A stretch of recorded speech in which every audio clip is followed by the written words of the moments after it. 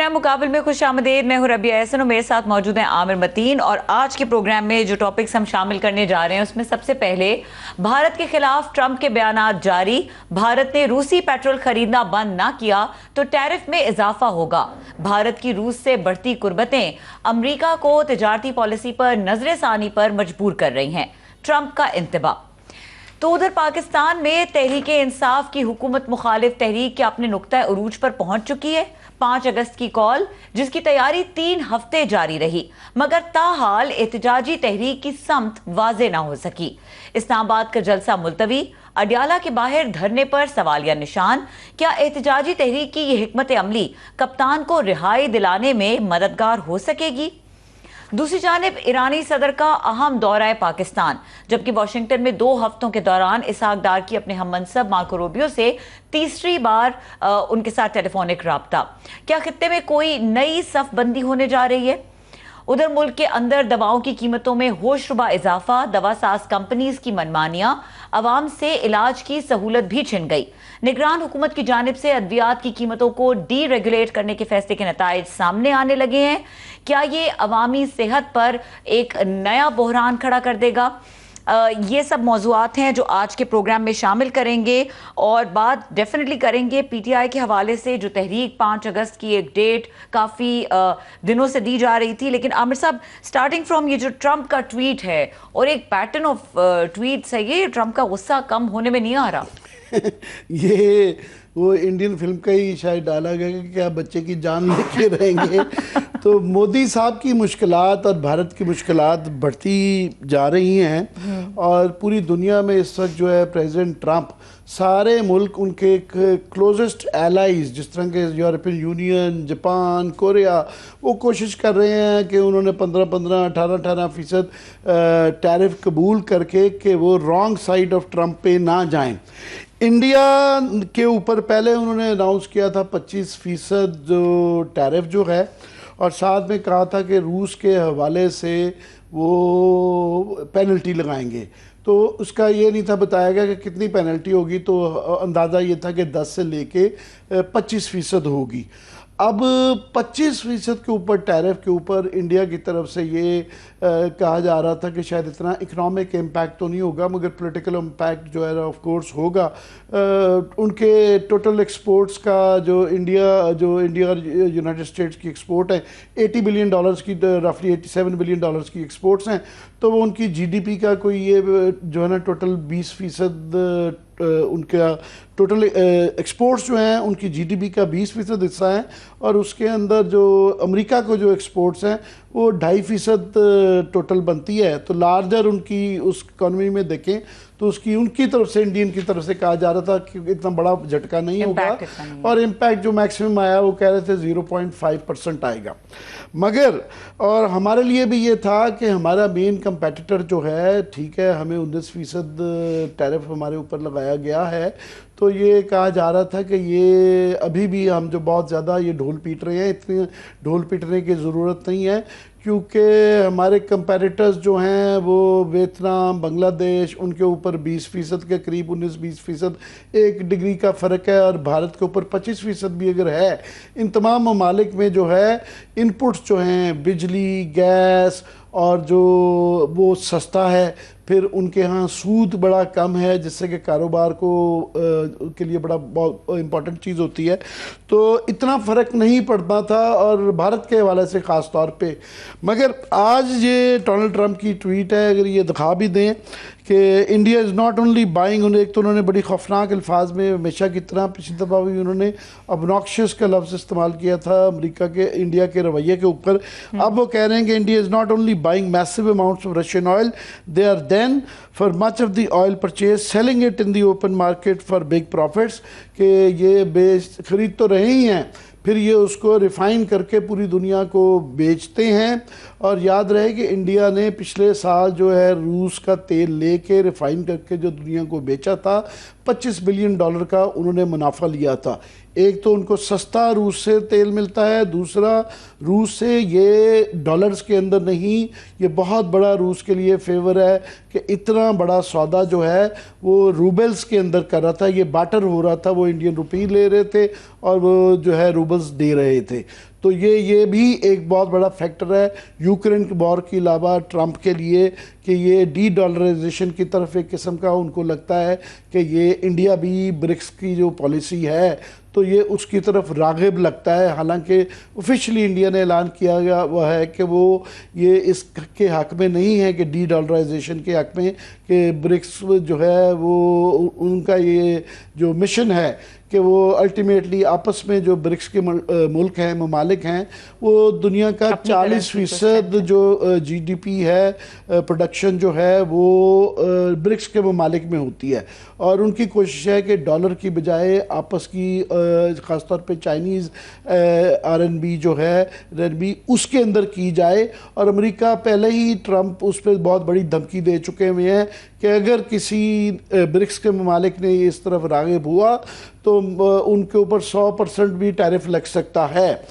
अब ये इसके बाद उन्होंने कहा कि they don't care how many people in Ukraine are being killed by the Russian war machine, because of this I will be substantially raising the tariff paid by India to the USA. जो उनका एक style है कि thank you for your attention to this matter, कि वो आप क्या कह रही थी? मैं कह रही थी कि जिस तरह मस्जिदों में ऐलान होता है बिल्कुल उस तरह ट्रंप के जो ट्वीट्स है, हजरात एक जरूरी ऐलान सुनिए, ये इस तरह एग्जैक्टली यही है, thank you for attention on this matter.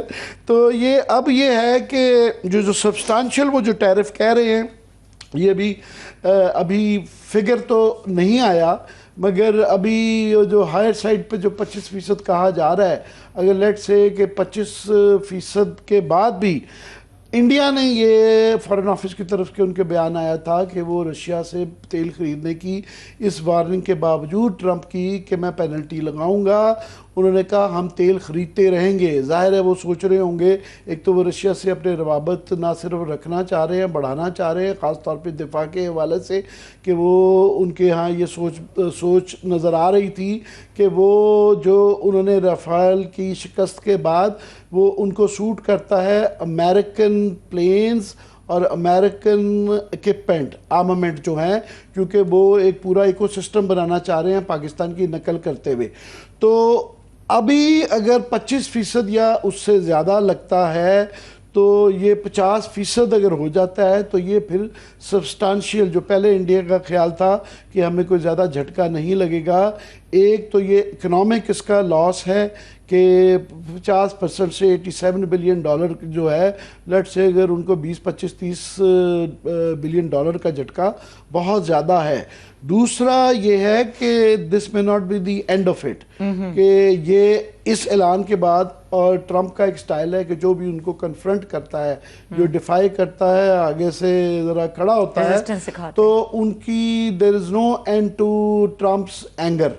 तो ये पता नहीं ये 50 से 100% हो सकता है, 100% पे भी अगर चला जाता है तो ये जिसका इम्कान हो सकता है, तो फिर ये 87 बिलियन डॉलर जो है ये तकरीबन सारे ही जा सकते हैं एक्सपोर्ट्स के।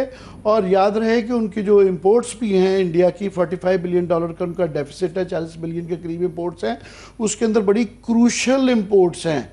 तो अगर वो भी जिस तरह पहले ही उन्होंने रशिया के अलावा जो ईरान को तेल उनसे ख़रीद रही थी 7 कंपनियां इंडियंस की, वो उनको पे भी बैन लगाया हुआ है। तो ये एक इसका इकोनॉमिक इम्पैक्ट, एक पॉलिटिकल इम्पैक्ट है कि अमेरिका के साथ दुश्मनी करके और ट्रंप को रॉन्ग साइड पे रख के अगर वो इसी राह पे आगे चले गए तो उसका इम्पैक्ट है पता नहीं कौन कौन सी और चीज़ें, सैंक्शन और इंडिया के और अमेरिका के ताल्लुकात जो में बड़ी एक दरार मज़ीद बढ़ सकती है। बुनियादी तौर पे फॉर टू लॉन्ग, बड़े अरसे से इंडिया के पास ये एक ग्रेट पावर्स के पास जिस तरह के ये एक इख्तियार होता है कि वो सभी के साथ मिलजुल रहे होते हैं। उनकी रशिया के साथ भी जो है अच्छे ताल्लुकात थे क्योंकि पहले जैसे नहीं रहे थे। चीन के साथ जंग के बावजूद जो है उनकी 125 बिलियन डॉलर के करीब की ट्रेड चल रही थी और वो ट्रेड एक्चुअली बल्कि बढ़ती जा रही थी और वो अमेरिका के साथ भी कर रहे थे। तो बेसिकली ट्रंप ने ये उनके लिए कहा है कि आप वो जो हमें भी एक ज़माने में कहा गया था either you are with us or against अस, तो उन्होंने कहा है वो फैसला कर लें कि उन्होंने रशिया के साथ जाना है या अमेरिका के साथ जाना है। तो ये चॉइस करने के लिए कह दिया गया है और इसकी तीनों फैक्टर आ जाते हैं। एक पर्सनल फैक्टर भी आ जाता है कि मोदी की डोमेस्टिकली बिहार का आगे इलेक्शन आ रहा है और उनकी जब ये ट्रम्प बेइज्जती कर रहे हैं तो फिर इंडिया के अंदर जो है अपोजिशन और मीडिया जो है फिर ज़ाहिर है उनको फैंटी लगती है और उनके लिए पहले ही इन्हितार चल रहा है उनकी पार्टी का। पिछली 2 दफ़ा की तरह इस दफ़ा इलेक्शन याद रहे कि थोड़ी माइनॉरिटी गवर्नमेंट है, उनको सिंपल मेजॉरिटी भी नहीं मिली हुई है और उनके लिए बड़ा इम्पोर्टेंट था ये जो आने वाले बिहार के इलेक्शन। और इसकी वजह से उनको फिर जब तनकीद होती है तो उनको डोमेस्टिकली है। दूसरा, इंडिया एज अ ब्रांड एक बेइज्जती है कि जब ट्रम्प ये कहते हैं तो पूरी दुनिया में जब उसके अब इंडिया के लिए बड़ी मुश्किल चॉइस है कि उन्होंने ट्रम्प को कन्फ्रंट करना है या ये भी कड़वी गोली हजम करनी है। तो ईदर वे मसला है, अगर वो ट्रम्प के साथ कन्फ्रंट करते हैं, मज़ाहमत करते हैं और चीन की तरह उनकी पसली नहीं है खड़े होने की तो अभी प्रॉब्लम है। अगर वो इसको हजम भी कर लेते हैं तो इंडिया का वो जो अपना नोशन है ग्रेट पावर होने का, वो उनका तशख़्ख़ुस जो है उसको एक बहुत बड़ा झटका लगता है। ठीक है आमिर साहब, बड़ा आपने इंटरेस्टिंग ये एनालिसिस दिया ट्रम्प की ट्वीट का और ये हम देख रहे हैं कि ये सिलसिला चलता ही जा रहा है। आते हैं ज़रा थोड़ा सा जो हमारी इंटरनल पॉलिटिक्स है, क्योंकि हम बड़े दिनों से बात कर रहे हैं। हम क्या बात कर रहे हैं, पीटीआई ये कह रही है और इमरान खान साहब की तरफ से ये डेट दी गई कि 5 अगस्त पे पीक पे जानी चाहिए ये तहरीक। अभी हम ये देख रहे हैं कि इस वक्त तक भी क्लैरिटी नहीं है कि क्या स्ट्रैटेजी है, किधर होगा एहतजाज, इस्लामाबाद में किधर होगा, what is the main centre point. Umar Ayub कहते हैं कि ज़िलों में ज़िले लेवल पे होगा। अब ये एक बड़ी कंफ्यूजिंग ये एक स्ट्रैटेजी आपको नज़र आ रही है, ये लैप्स ऑफ लीडरशिप है? कुछ उनके अबहाम हैं। फॉर एग्ज़ाम्पल पहले ये बताया गया था कि ये 5 अगस्त को ये अरूज पे जाएगा। अब पीटीआई ये कह रही है कि ये नुक्ता आगाज़ होगा कि इसके बाद तहरीक जारी रहेगी। और एक इम्पॉर्टेंट फैक्टर ये आ गया है कि पीटीआई ने फाइनली ये रियलाइज़ कर लिया है कि उनके लिए बड़ा इम्पॉर्टेंट है कि वो अपोजिशन को महमूद खान अचकज़ई, मुस्तफ़ा नवाज़ खोखर और इन लोगों को साथ लेके चलें। तो ये एक फैक्टर है। अब ये बहाम जो है कि उन्होंने अभी तक लाया अमल नहीं दिया। कल ये उनकी तहरीक होनी है और अभी तक ये नहीं लोगों को बताया गया कि उन्होंने कहाँ इकट्ठे होना है, इकट्ठे होकर क्या करना है, रैली निकलनी है, जुलूस निकलना है, तकरीरें होनी है, किस शहर में कहाँ पे ये होगा। केपी की हद तक उन्होंने अनाउंसमेंट्स की हैं कि पेशावर में अली अमीन गंडापुर जो हैं वो करेंगे और स्वाबी के अंदर जो है ये तहरीक तहफ़्फ़ुज़ आईन पाकिस्तान, ये एक तो आसान कर लें तो बड़ा मेहरबानी होगी, बड़ा मुश्किल है इसको याद रखना। तो इनका जलसा पीटीआई का जो स्वाबी में है वहाँ पे अपोजिशन के लोग महमूद खान अचकज़ई, उसके बाद इलामा नासिर अब्बास और मुस्तफ़ा खोखर वगैरह बताया जा रहा है कि वो शरीक करेंगे। ये असद कैसर साहब का क्लेम है। मैं मुस्तफ़ा नवाज़ खोखर साहब को सुन रहा था कि इन्होंने कहा, सलमान अकरम राजा साहब ने ट्वीट की है उन्होंने कि महमूद खान अचकज़ई सरबराह तहरीक तहफ़्फ़ुज़ आइन की क़यादत में ये एहतजाज पुरअमन और मुसलसल है। मुल्कगीर एहतजाज के लिए हर सूबा और इलाका अपने हालात के मुताबिक लाए अमल बनाएगा। आली हमज़ा, जुनैद अकबर, हलीम आदिल और दाऊद शाह अपने दायरा अमल के मिजाज और ज़िम्मेदार होंगे। उन्होंने ये कहा, मगर मैं सुन रहा था 2-3 दिन गो के पुरानी बात है कि मुस्तफ़ा नवाज़ खोखर ये कह रहे थे कि हम मॉरली सपोर्ट कर रहे हैं। अब तो उनकी शमूलियत का भी इस जलसे के अंदर की हद तक है, मगर इस पे अबहाम है कि वो लीड कर रहे हैं या सिर्फ सपोर्ट कर रहे हैं। तो ये तो इबहाम है। दूसरा लाएमल जो है, अब ये बहस है, ये देखना है, ये कल पता चलेगा कि ये जो स्ट्रेटजी है उनकी कि अभी तक उन्होंने इसका ऐलान रिवील नहीं किया, छुपा के रखा हुआ है कि लाएमल क्या है।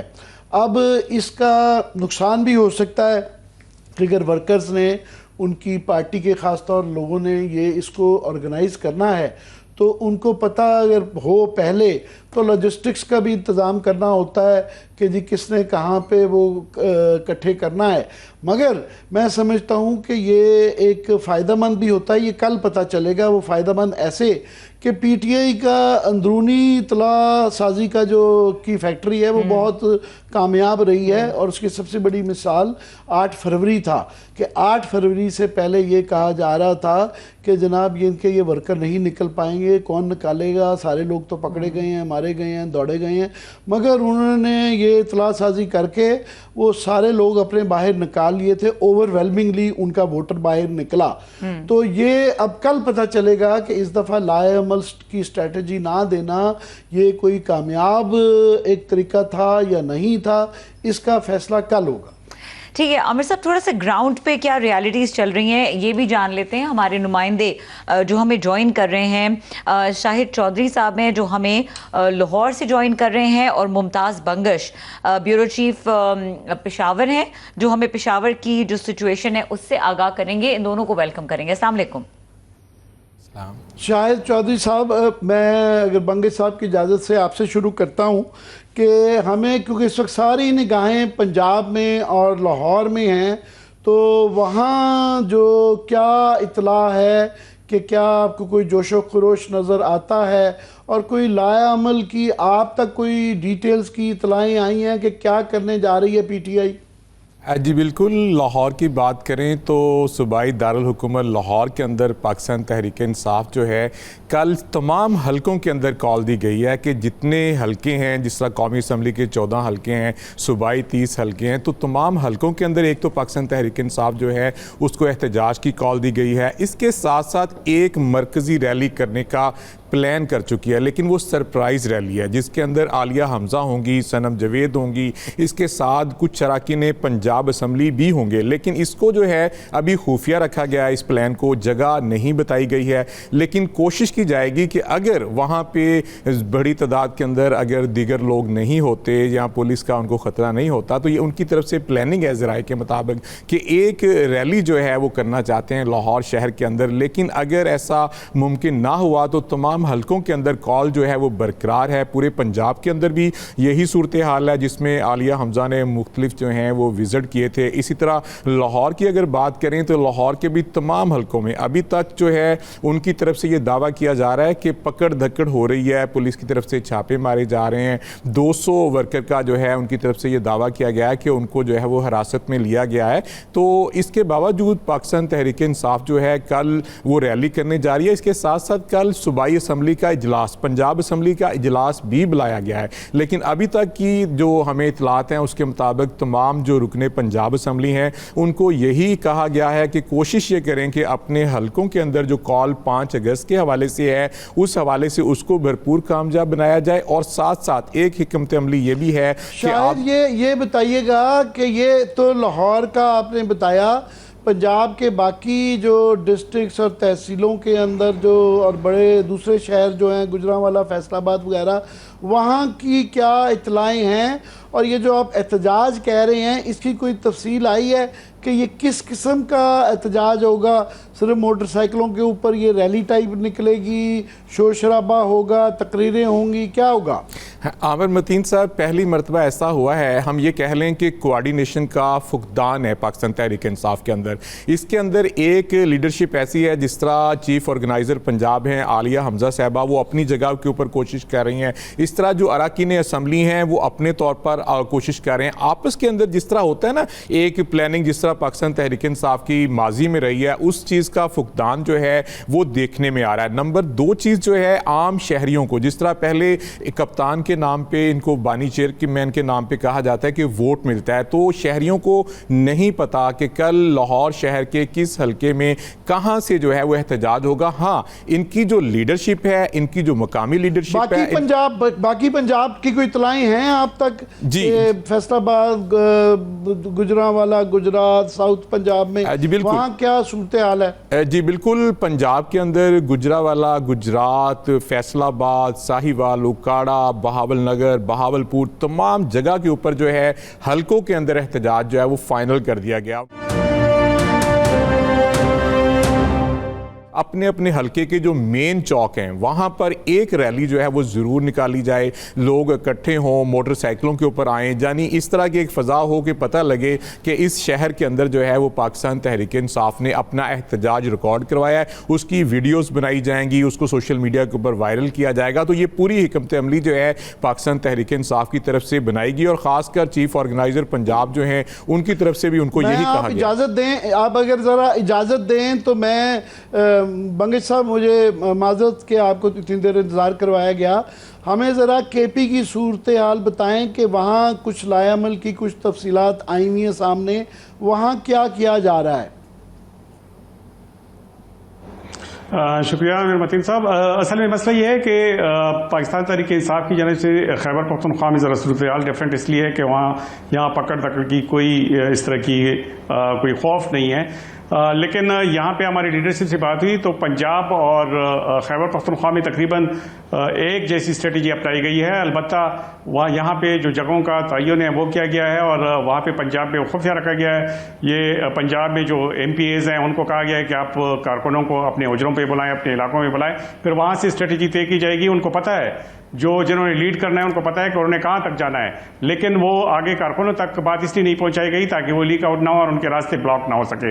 यही सूरत हाल खैबर पख्तूनख्वा में है, लेकिन खैबर पख्तूनख्वा में डिफरेंट सूरत हाल ये है कि यहाँ पे दो अजला इकट्ठी की गई हैं और दो अजला से इस तरह की बंगश साहब इस तरह की इतलाएं भी आ रही थी कि पेशावर में एक तो अली मीन गंडापुर जो हैं अपना जुलूस निकाल रहे हैं, मगर जो उनके PTI में उनके मुखालिफ हैं उनका कोई अलहदा क्या जुलूस निकल रहा है?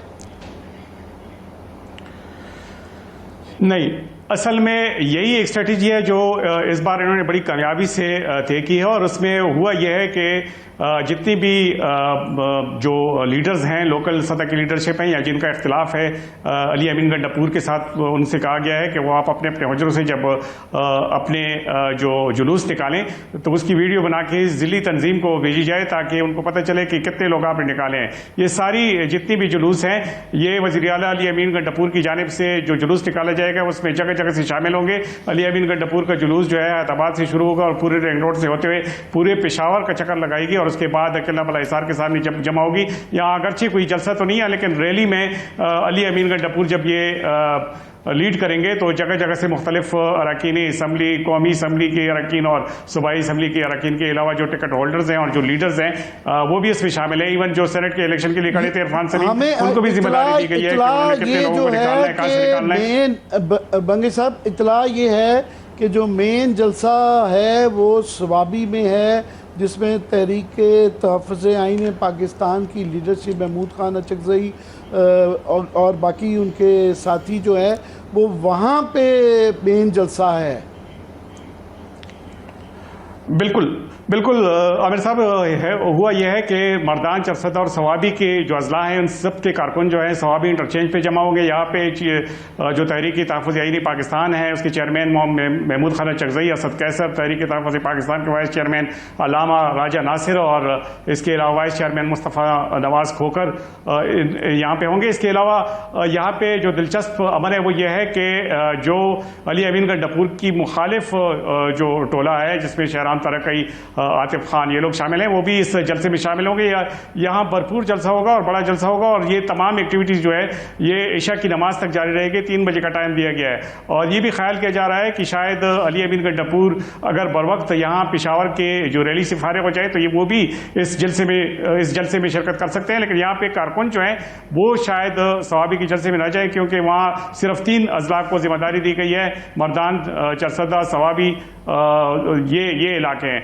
इसके अलावा जो नौशहरा और मोमंद का जो अजला हैं उनको जिम्मेदारी दी गई है कि वो अटक पुल के करीब यानी पंजाब और खैबर पख्तूनख्वा का जो बॉर्डर है वहाँ पे इकट्ठे होंगे और वहाँ तक वो रैली की सूरत में जाएंगे और इशा की नमाज तक वो भी वहाँ पे रहेंगे। इस तरह जनूबी अजला की अलग जिम्मेदारी है, उनको भी मुख्तलिफ 2-2 अजला में, 3-3 अजला में तकसीम किया गया है और ये मुख्तलिफ किस्म के जुलूस निकालेंगे। जो अहमियत के हामिल जो जुलूस है ये अली अमीन गंडापुर और ये जो आतिफ और शहरान केपी में क्योंकि उनकी अपनी गवर्नमेंट है इसलिए उनके लिए रैली निकालना कोई मुश्किल काम नहीं होना चाहिए, मगर उनकी अपने हुकूमत का ये है कि वहाँ पे एक सिक्योरिटी की सिचुएशन भी है, बाकी अज़ला में भी, मगर ख़ास तौर पे बाजाड़ में तो मुतज़ाद इतलाएँ आती हैं कि कर्फ्यू लगाया गया, वो शायद इम्प्लीमेंट नहीं हुआ। फिर एक ऑपरेशन की भी इतलाएँ आई कि वो भी चल रहा है, जिरगा भी हो रहा है। तो इतने टेंस एनवायरनमेंट, सिक्योरिटी की जब सिचुएशन हो तो हुकूमत की ज़िम्मेदारी होती है लॉ एंड ऑर्डर को भी कंट्रोल करना। तो ये कैसे दोनों चीज़ें बैलेंस हो पाएंगी? आमिर साहब, आपने देखा होगा कि जब पहले दहशतगर्दी उरूज की थी उस वक्त भी बानी चेयरमैन की जानिब से इवन वजीरिस्तान के दौरे भी किए गए और वहाँ पे कारकुनों को भी ले जाया गया और वो बखैर खूब ही सारी सब कुछ हो गया। तो इस दफ़ा भी सिक्योरिटी की, चूंकि इधर की अपनी हुकूमत है तो कोई मसला नहीं है और बाकायदा तौर पर हर जगह पे पहले से इंतजाम किए गए हैं। सवाबी में खुसूसन चूंकि वहाँ पर बड़ा जलसा मुनक्किद होगा, वहाँ पहले से इंतजाम किए गए हैं। और दूसरी बात यह कि जिन जिन इलाकों में ये एक्टिविटीज़ है वहाँ पे जो दहशतगर्दी है वो उसकी जो मतलब तपश है वो इतनी ज़्यादा नहीं है। मसलन जो जुनूबी अजला हैं, टांग, डे खान, वहाँ पे इतनी एक्टिविटी इस लेवल की नहीं है कि वहाँ पे कोई ऐसी सूरत हाल पेश आए। सवाबी और इसके अलावा मर्दान, चरसदा और पेशावर में चूंकि इस किस्म का कोई मसला नहीं है तो इसलिए यहाँ पे ये बड़ी आसानी से हो जाएगी। और दूसरी बात यह कि पहले से इन्होंने मनसूबाबंदी कर रखी है, सिक्योरिटी का इनका कोई मसला नहीं होगा। अलबत्ता जो जुनूबी अजला हैं, हमारी जो बड़ी दुआ है कि खैरो आफियत से कल खैरो आफियत से हो जाए, क्योंकि बहरहाल ये दुश्मनों को मौका मिलता है ऐसे मौक़ों पे वो करने का। बहुत बहुत शुक्रिया बंगे साहब आपका भी, और शाहिद चौधरी साहब आपके। हमें पेशावर से मुत्तला कर रहे थे और शाहिद चौधरी लाहौर से हमें अपडेट कर रहे थे। अब हमें ज्वाइन किया है फ़हीम अख्तर, नुमाइंदा 92 न्यूज़ हैं, इस्लामाबाद से हमें ज्वाइन कर रहे हैं, और शाह हुसैन हमें क्वेटा से ज्वाइन कर रहे हैं। फ़हीम अख्तर साहब से शुरू करते हैं। मैं उसमें बिल्कुल फ़हीम अख्तर साहब से शुरू करते हैं। मैं दो तीन चीज़ें क्विकली मैं कह दूं। एक तो ये कि गवर्नमेंट के लिए सिक्योरिटी प्लान बनाना होता है। जब ये लाएअमल तफसीलात नहीं आती, जो कि केपी के अलावा नहीं आया अभी तक बताई गई, तो उससे फिर गवर्नमेंट को ये नहीं पता कि उन्होंने कहाँ पे जो है ये सिक्योरिटी के लोगों को तैनात करना है। ये नहीं पता कहाँ छोटा जलसा है, कहाँ बड़ा जलसा है, कहाँ किस ज़िले में ज़्यादा मसला है, एक दूसरे जगह से पुलिस जो बुलवानी होती है, तो उनके लिए ये बड़ा गवर्नमेंट के लिए ये मसला होता है। इस्लामाबाद का जो है मेरा ख्याल, यहाँ फ़हीम आपसे शुरू करते हैं कि यहाँ तो उन्होंने जलसा कैंसिल कर दिया, अब क्या प्लान है? बहुत शुक्रिया आमिर साहब। बेसिकली तहरीक तहफ़्फ़ुज़ आईन पाकिस्तान के प्लेटफॉर्म से पाकिस्तान तहरीक इंसाफ 5 अगस्त का जो एहतजाज है वो करने जा रही है, लेकिन पाकिस्तान तहरीक इंसाफ का जो प्लान है वो दो तरह का है। एक प्लान तो ये है कि खैबर पख्तूनख्वा में फुल फ्लैज किस्म का एहतजाज होगा और वहाँ पर ही एक मरकजी जो खिताब तहरीक तहफ़्फ़ुज़ आईन पाकिस्तान के जो लीडर हैं या सरबराह हैं महमूद खान नचरज़ई, वहाँ पर वो करेंगे। लेकिन उससे पहले तहरीक इंसाफ के जो अराकीन पार्लियामेंट हैं और जो तहरीक तहफ़्फ़ुज़ आईन पाकिस्तान में शामिल जमातों के जो अराकीन हैं, वो सुबह 10 बजे खैबर पख्तूनख्वा हाउस इस्लामाबाद में जमा होंगे। वहाँ पर पार्लिमानी पार्टी का इजलास बुलाया गया है। पार्लिमानी पार्टी इजलास के बाद ये तमाम मेंबरान पार्लियामेंट हाउस जाएंगे, क्योंकि 11 बजे कौमी असम्बली का इजलास होगा और कौमी असम्बली के इजलास में शदीद एहतजाज किया जाएगा। और हो सकता है कि कल स्पीकर के डाइस का घेराव भी किया जाए और उनसे ये डिमांड की जाएगी कि जो मेंबरान असम्बली बानी पाकिस्तान तहरीक इंसाफ के साथ मिलना चाहते हैं उनसे मुलाकात की इजाज़त नहीं दी जाती और स्पीकर कौमी असम्बली अपने इख्तियारात का इस्तेमाल करें और इन मेंबरान की जो मुलाकात है बानी PTI से वो कराएं। और इसके बाद तहरीक इंसाफ का ये प्लान है कि महमूद खान नचरज़ई साहब की सरबराही में ये अडियाला जेल जाएंगे और वहाँ पर इमरान खान से मुलाकात की कोशिश करेंगे। जैसे ही ये प्लान सामने आया है वैसे फ़हीम आप तक ये इतला अगर आ गई है कि कल उन्होंने KP हाउस में इकट्ठे होना है और बाद में नेशनल असम्बली के इजलास में शिरकत करनी है, तो इस बात का भी इम्कान हो सकता है कि वो इसके बाद गिरफ्तार KP हाउस से हो जाए या इजलास को भी वो कैंसिल किया जा सकता है। मगर हमारी जो इतला थी कि महमूद खान नचरज़ई जो है स्वाबी के जलसे में जाएंगे, तो यहाँ से अडियाला के बाद वहाँ जाएंगे? जी बिल्कुल, पहले होगी इनकी पार्लिमानी पार्टी का इजलास, उसके बाद पार्लियामेंट हाउस में जाएंगे और फिर जो अडियाला जेल की तरफ जाएंगे, जो अभी तक का प्लान है। अडियाला जेल जैसे ही इनका प्लान सामने आया तो इतलाहत ये सामने आई कि अब जो सुप्रिटेंडेंट हैं अडियाला जेल, उनकी तरफ से सीपीओ रावलपिंडी को खत लिखा गया है और ये बताया गया है कि कल धागल नाका जो है अडियाला जेल गेट नंबर 5 की तरफ, वहां पर पीटीआई के अराकीन और वर्कर्स जमा होंगे, तो इसलिए इजाफी नफरी भी वहां पर तलब कर ली गई है।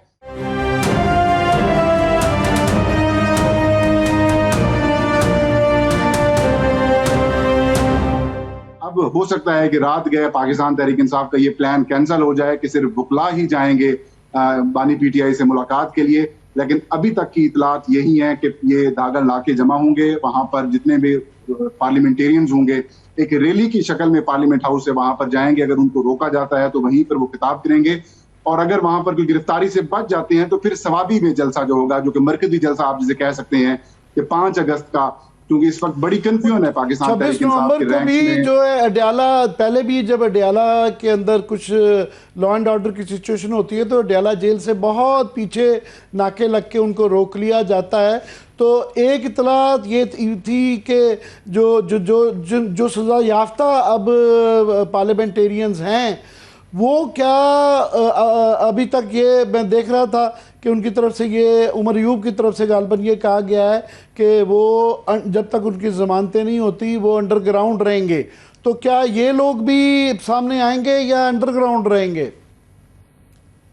देखें, उमर अयूब तो अंडरग्राउंड नहीं हुए, वो एक दिन पहले भी खुली कचहरी से में मौजूद थे हरीपुर में, क्योंकि हरीपुर खैबर पख्तूनख्वा का हिस्सा है, वहां पर उनको कोई टेंशन नहीं है, उनके अजीज भी मिनिस्टर्स हैं और फिर उनकी अपनी ही हुकूमत है। लेकिन जो मेंबरान जिनको सजाएं हुई हैं, जो जिनका ताल्लुक पंजाब से है, वो अंडरग्राउंड ही रहेंगे, क्योंकि अगर वो बाहर आते हैं तो फिर उनको गिरफ्तार कर लिया जाएगा। और पीटीआई का इब्तदाई प्लान भी यही है कि जब तक 10 या 12 अगस्त का तक नहीं गुजर जाता मामला, क्योंकि इस दौरान क्लैरिटी हो जाएगी कि मजीद कितने पीटीआई के पार्लियामेंटेरियंस हैं उनको सजा दी जाती है और वो डिस्क्वालीफाई होते हैं, तब फिर ये लोग अगर गिरफ्तारी देनी हुई, सरेंडर करना हुआ तो फिर ये करेंगे, क्योंकि जब तक सरेंडर नहीं करते तब तक इनकी अपीलें भी इंटरटेन नहीं हो सकती और जमानत अप्लाई करने के लिए भी इनको उस कोर्ट के ऑर्डर के ऊपर इंप्लीमेंट करना होगा। तो फिलहाल प्लान यही है कि जिन लोगों को सजाएं दी गई हैं मुख्तलिफ एटीसीज की जानिब से, वो बाहर नहीं आएंगे, वो अंडरग्राउंड ही रहेंगे। ताहम खैबर पख्तूनख्वा में कोई मसला नहीं है, वहां पर ही लोग जो है वो मौजूद रहेंगे। मैं आपकी इजाजत से शाह हुसैन साहब, माजरत के साथ आपको इतनी देर इंतजार करवाया गया कि बलूचिस्तान, क्योंकि अगेन केपी की तरह वहाँ भी सिक्योरिटी की सिचुएशन है, मगर आम ख्याल ये था क्योंकि वहाँ से नुमाइंदगी पीटीआई की बड़ी थोड़ी है, तो ये जो कॉल दी गई हुई है एक सिक्योरिटी सिचुएशन में, क्या आप सूरत हाल देखते हैं वहाँ पे बलूचिस्तान में, कोयटा और बाकी बलूचिस्तान के हवाले से भी कहें? जी आमिर साहब, यहाँ की सूरत हाल यकीनन खैबर पख्तूनख्वा से तो किसी मुख्तलिफ है, चूँकि यहाँ पे पीपल्स पार्टी और मुस्लिम लीग नून की मखलूत हुकूमत है और पीटीआई जो है उनकी सूबाई असम्बली में नुमाइंदगी भी नहीं है और वो अपोजिशन की जमात है।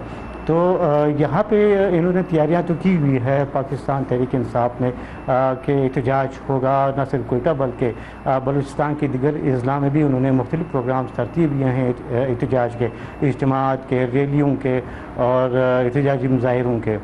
कोयटा में इन्होंने 3 मकामात का इंतखाब किया है और पहली तरजीह इनकी ये है कि यहाँ पे जो रेलवे हॉकी ग्राउंड है यहाँ पे इकट्ठे होंगे और यहाँ पे एक इज्तिमा होगा और यहाँ पे मुकर्ररीन खिताब करेंगे, फिर बाद अज़ां यहाँ से रैली निकाली जाएगी।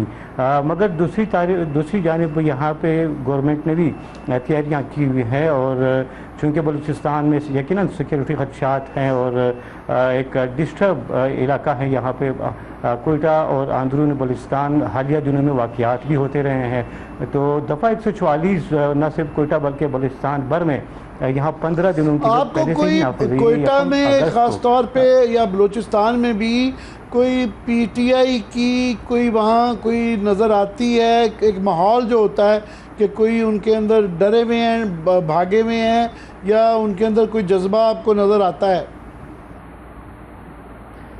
नहीं, कि यहाँ पे भी पीटीआई की जो सूबाई क़ियादत है वो अंडरग्राउंड है और वो जो है ना यकीनन कल एहतजाज के एन टाइम पे वो बाहर आएंगे घरों से और फ़िलहाल वो छुपे हुए हैं गिरफ्तारियों से, क्योंकि यहाँ होता रहा ऐसा रहा है कि जब भी उन्होंने एहतजाज की कॉल दी हैं या कोई इजलास हुआ है तो पुलिस की जो चाहे पुलिस ने इनको रोकने की भरपूर कोशिश की, उनके खिलाफ मुकदमात भी हुए हैं और मुख्तलिफ वाक़या में इसीलिए फ़िलहाल सामने नहीं आ रही। यहाँ पे सूबाई क़यादत है, उनका प्लान ये है कि कल ऐन जो है ना एहतजाज के टाइम पे 4 बजे उन्होंने कोयटा में एहतजाज की कॉल दी हुई है, तो उसी वक्त वो आएंगे और मुजाहरा होगा या रैली होगी या जलसा होगा, उसमें शिरकत करेंगे एंड टाइम पे। तो दूसरी जानिब पुलिस यहाँ पे जो है ना वो नफरी भी तैनात है, तैयारियाँ की हुई है, जहाँ जहाँ उन्होंने निशानदेही की है। शाह साहब ये बताएं कि महमूद खान अचकज़ई तो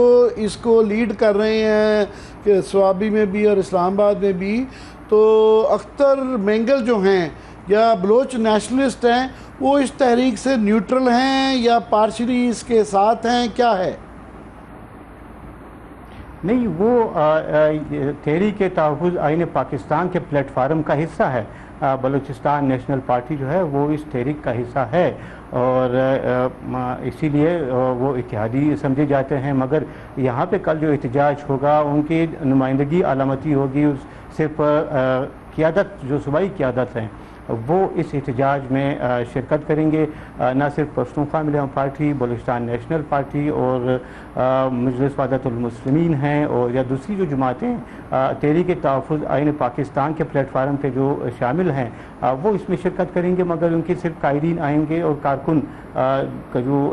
कारकुनों की शिरकत जो है वो महदूद पैमाने पे होगी और बड़ा जो एहतजाज है वो PTI अपने प्लेटफार्म से करने जा रही है। बहुत बहुत शुक्रिया शाह साहब आपका भी और फ़हीम अख्तर आपका भी हमें ज्वाइन करने का। कल एक और जो मैं समझता हूँ कि अहम चीज़ होगी देखने वाली कि ऐसे मौक़ों पे अक्सर जो है जब इस तरह की तहरीकें सुनाई जाती हैं तो पाकिस्तान में रवायत अब बन चुकी हुई है कि फ़ोन भी बंद कर दिए जाते हैं और सोशल मीडिया ख़ास तौर पे जो है ना वो VPN वाला सिलसिला भी दोबारा देखते हैं कि वो लगता है या नहीं लगता, क्योंकि लॉ एंड ऑर्डर की एक बहरहाल एक सिचुएशन होती है, इस बात का डर रहता है। तो ये भी कल देखना होगा कि ये रवायती तरीके से ये इसको ये भी मामला किया जाता है या नहीं किया जाता। एक सवाल मेरे जहन में आ रहा है कि ये जो it sounds like a plan जो ये तमाम जगह से हमें ये खबरें मिली हैं, लेकिन ऐसी सूरत हाल में गिरफ्तारियां हैं, लीडरशिप जो है वो कहीं पे लगता है कि लैक ऑफ कोऑर्डिनेशन है, कहीं पे लगता है कि प्लान है, रिवील नहीं करे। जो एक वर्कर है या जो एक मोबिलाइजेशन है वो आपको लगता है कि प्रॉपरली हो पाई है और वर्कर निकल पाएगा, उतना कॉन्फिडेंट होगा? इब्तदाई में जो मैं कह रहा था ये डबल एज सोर्ड है। अच्छा। कि ये कल हम इस पे दोबारा जब बात करेंगे तो ये देखना है कि क्या ये स्ट्रेटजी कारगर रही या नहीं रही। ये इसका नुकसान भी PTI को हो सकता है कि जब लॉजिस्टिक्स का इंतज़ाम नहीं है, प्लान नहीं की जाते, तो क्योंकि जब ज़्यादा लोगों को लेके जाया जाता है तो उसके लिए लीडरशिप भी चाहिए होती है। लीडरशिप पहले ही या मफरूर है, जेल में है, या भागी भी है या दौड़ी भी है और प्लान नहीं है तो कैसे। मगर फिर ये मैंने कहा कि PTI का यही सबसे बड़ा कल सवाल भी है और इम्तिहान भी है और चैलेंज भी है कि क्या वर्कर अपने तौर पे ये लास्ट मिनट पे अनाउंस करेंगे, क्या हर एक आदमी तक इतला। वैसे इनका इतला साजी का मैंने कहा ना कारखाना PTI का काफ़ी कारगर है, मगर ये कल सबसे बड़ा सवाल ही यही है। और दूसरा जो बहुत सबसे अहम चीज़ है कि जो ये कहा गया है कि ये इब्तदा होगी और इस दौरान में एक और ख़तरा भी लटक रहा है कि बाकी काफ़ी सारे लोगों को जो है सज़ाएं हो चुकी हैं 10-10 साल की और ये कहा जाता है कि 30-40 जो हैं 40 से लेके 70 तक और पार्लियामेंटेरियन और प्रोविंशियल MPAs जो हैं वो मज़ीद उनको सज़ा हो सकती है। और अली मीन गंडापुर भी उनके ऊपर भी मुतादद मुकदमात हैं, अगर वो उनको भी सज़ा हो जाती है तो ये फिर वहाँ पे चीफ मिनिस्टर भी तब्दील होगा और नया फिर चीफ मिनिस्टर आएगा, कैसे इलेक्ट होगा, कितने लोग उसमें से सज़ा याफ्ता हो चुके होंगे MPAs में से और कितने बाई इलेक्शन हो रहे होंगे। तो ये काफ़ी सारे सवाल हैं। सो इसलिए कल का बड़ा अहम है PTI के लिए, कल का दिन इंपॉर्टेंट है और पता चलेगा, डिसाइसिव भी होगा इस तरीके के हवाले से। बहरहाल इस वक्त प्रोग्राम का टाइम खत्म हो गया, देखने के लिए शुक्रिया, इजाज़त दीजिए, अल्लाह हाफिज़।